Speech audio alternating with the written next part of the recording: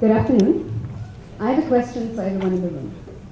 Please raise your hands if you've eaten an apple in the last month. That's almost everyone, right? Well, we are among the fortunate few. There are over 200 million people in the world living on less than $2 a day and spending over 60% of their income on food. So fresh fruits, like apples, are a luxury.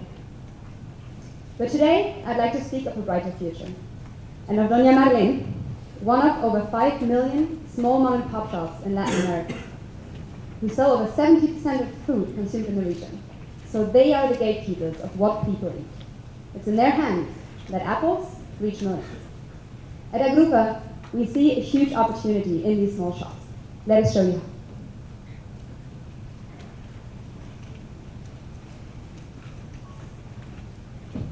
In cities like Bogotá, where millions of people can't afford enough fruits and vegetables, mom-and-pop shops can make a difference. This is Marlene. She lives in Bogotá and has owned a mom-and-pop shop for the past 10 years. Marlene doesn't have the money to buy large quantities, so she gets up at 3 a.m. to go to the central market where she buys what she will sell that day. And tomorrow, she'll do it again.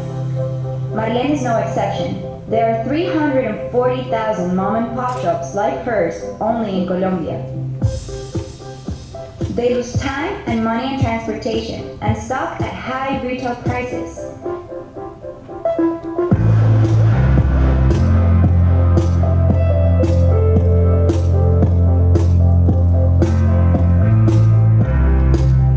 Lo que me gusta ir a veces es el desplazamiento. La regresada, los buses son estresantes, los trancones, pierdo clientes a veces porque a veces no llego a la hora que debo llegar. Even though they only make a small profit, fruits and vegetables end up being expensive for their customers, who often choose cheaper but less nutritional food. This is inefficient.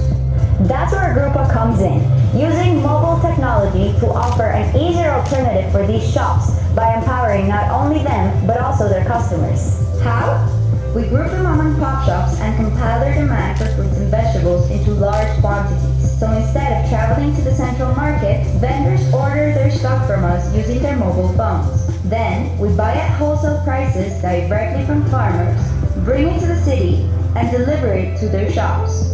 Vendors love this idea. It not only provides them with fresher products at cheaper prices, but also saves them the time and money spent on transport. This improves their business and makes their daily life so much easier, which also allows them to spend more time with their families. Me evitarían la ida a abasto, la madrugada, y si es a un buen precio y que se podría dar más económico, pues las ventas van a aumentar. A mí no me gustaría madrugar para ir a abasto, sino que me trajeran todo acá. Tendríamos otro canal de comercialización a los agricultores. Entonces, de pronto le puede ser más fácil, más barato a los consumidores, y entonces el consumidor ya consumiría más productos. With Agruppa, mom-and-pop shops like Marlene's provide fresh, healthy, and affordable food to everyone in their community. Join us in this mom-and-pop shop revolution. Unámonos, unámonos, unámonos. Unámonos.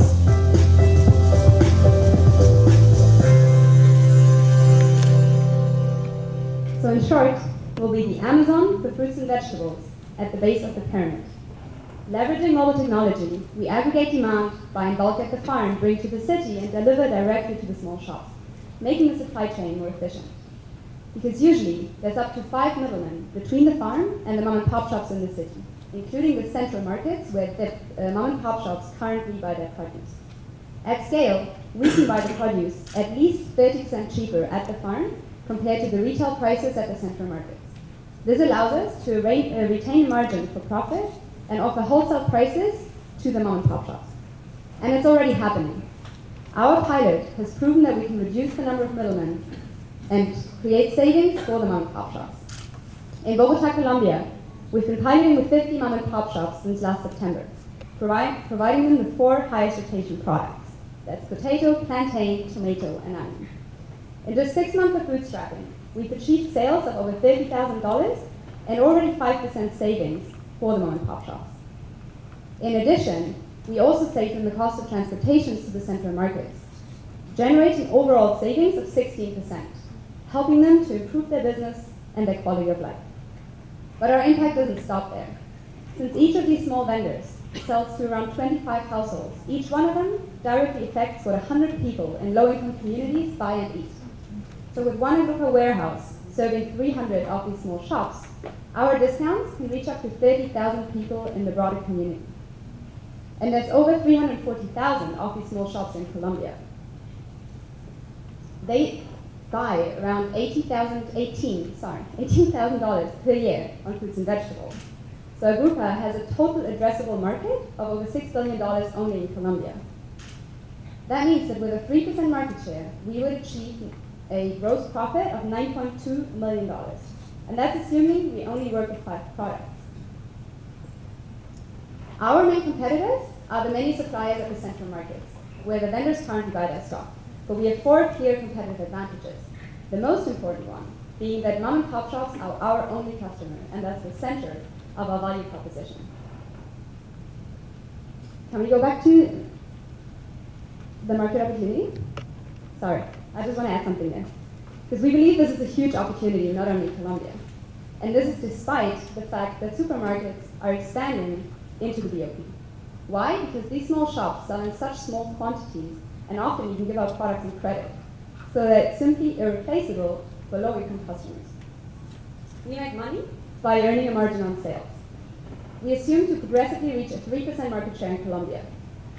With this, we'll go from having a gross profit margin of 16% and an EBITDA margin of 6% this year to much more attractive numbers by 2020, when our EBITDA margin will reach 14%, which for the perishable retail industry is very attractive. And these projections actually only take this one source of revenue into account. But we know that going forward, there are many more income streams to be developed. And at Agruppa, we have big plans. In 5 years from now, we aim to be in the 5 major cities in Colombia and ready to take Agruppa as a franchise or a business in a box to many other countries. The first step towards this goal, however, is to replicate our solution in Colombia, where we aim to reach 300 shops within the next 12 months and reach break-even. This growth phase actually starts mid-April with the support of the World Bank. And how do we get our customers on board? Well, we use personal door-to-door acquisition, giving them a very tempting pitch, and we've seen that over 80% of the shops we visit tried our service, and 60% then become regular customers. From then onwards, it's all about word of mouth from early adopters and good customer service. And in fact, 20% of our current customers have already come from referrals. This proof of concept is also a result of the Agruppa team. Carolina, our Colombian CEO, brings her expertise in food security from the FAO. Juan Pablo, our supply chain manager, is a serial logistics entrepreneur. Patrick, our systems manager, translates our vision into technology. So that's our aggregation platform and the ordering system via app and interactive voice recognition. And myself, I've moved from Germany to Colombia, convinced by the potential of Agruppa, to bring my experience in social entrepreneurship to my role as COO. And in addition, we're currently hiring a financial manager. Others have also bet on Agruppa, like the IDB, recognizing us as one of the most innovative startups in Latin America, and the World Bank awarding us with working capital and social impact measurement support.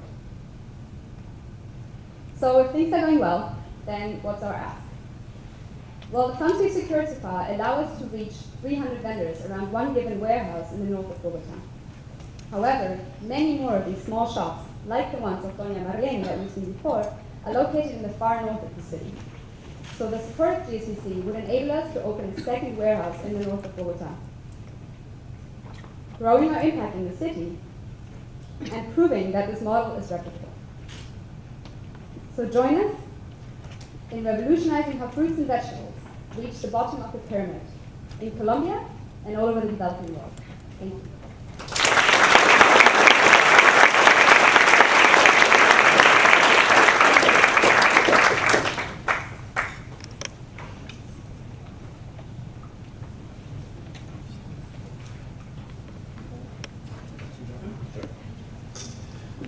Guys, first of all, thank you guys for a really, really wonderful presentation. Do I have any judge that wants to lead us out with a question?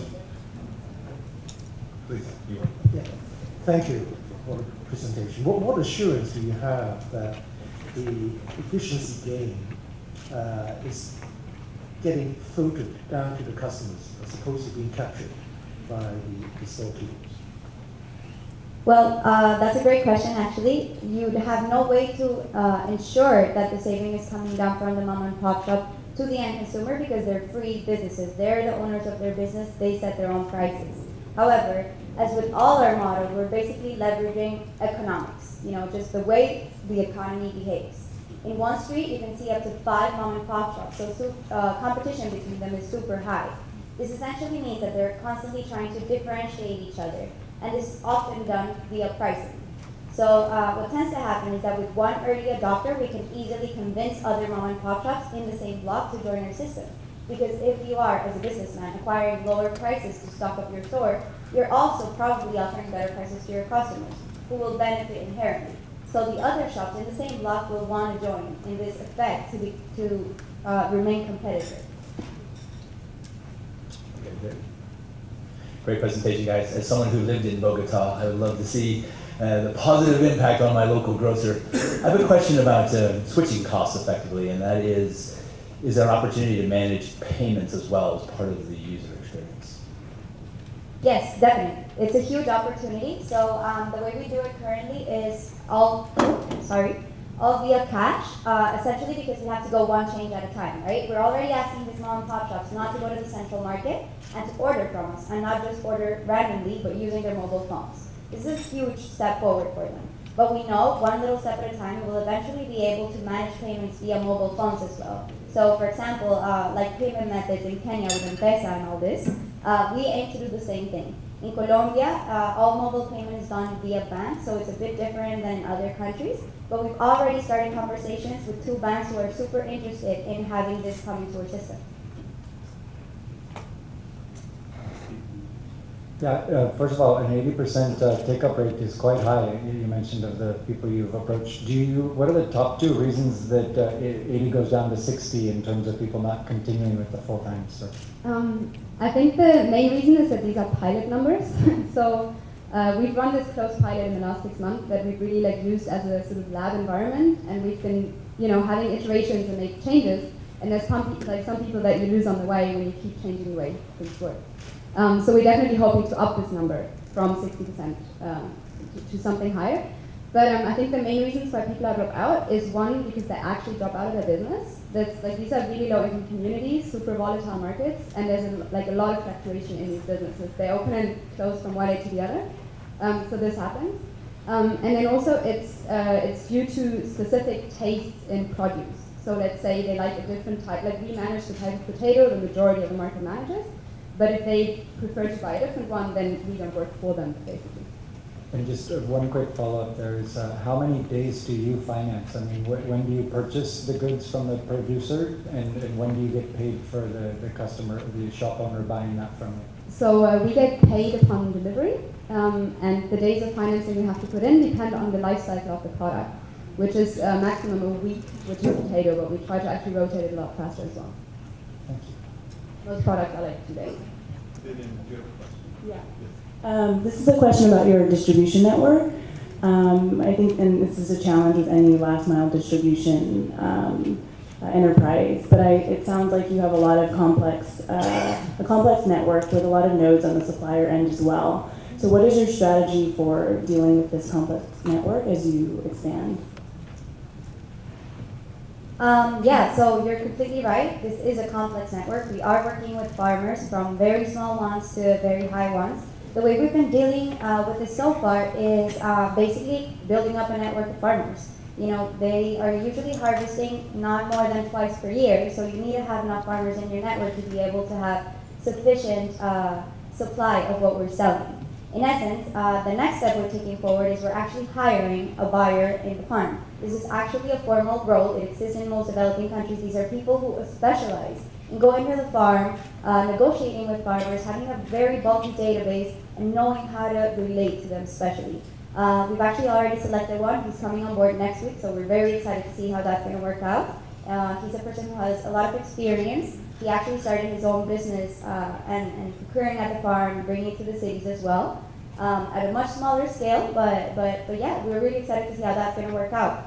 Another option we have, however, is to work with farmer cooperatives.